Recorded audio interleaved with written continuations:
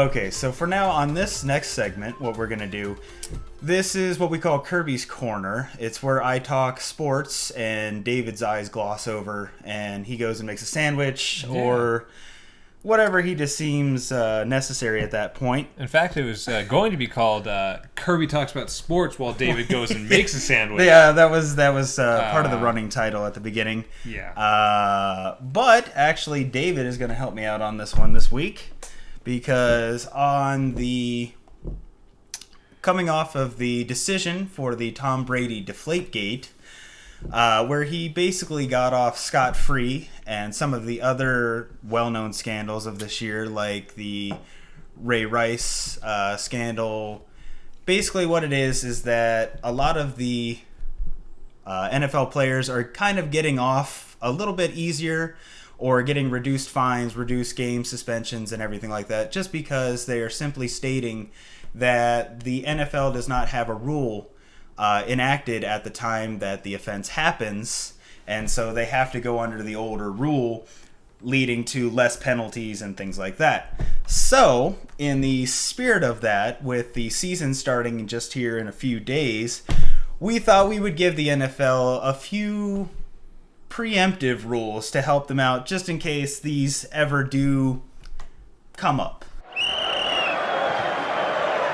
So a good rule to have would be you can no longer cheat on your wife, girlfriend, or significant other with no more than 2 cheerleaders on the away team on any given away game, no more than 3 cheerleaders on a home game, and no more than 4 cheerleaders on your own team of any given game.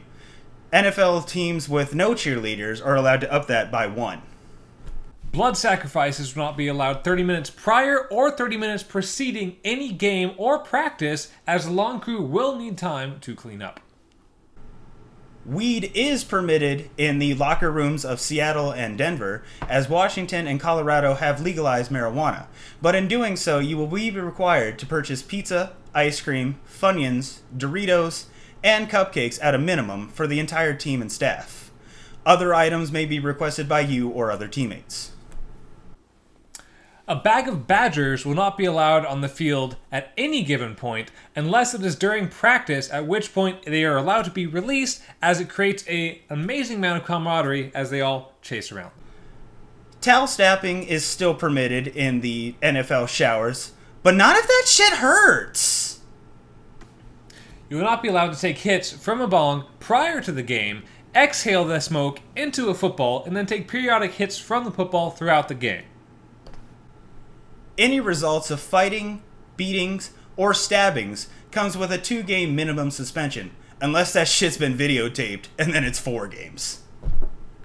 Alright, well, I think we got a pretty good start on those rules. They'll probably enact a few more, but just in case, any of those happen to happen, they'll have something in place for a little bit of a guideline and things like that for game suspensions and things like that. So I think it should work out pretty well. Right. Yeah. Exactly. We'll add on more later on, maybe.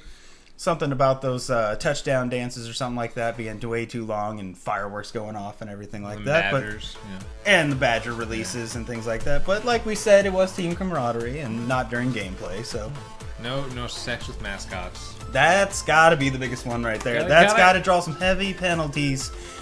At least, especially if it's an unsuspecting goat. At Although there's no NFL half. teams that have goats as mascots, but you never know. The New Jersey Goats. The New Jersey Goats, yes. The expansion team coming next year. The New Jersey Goats. All right. All right.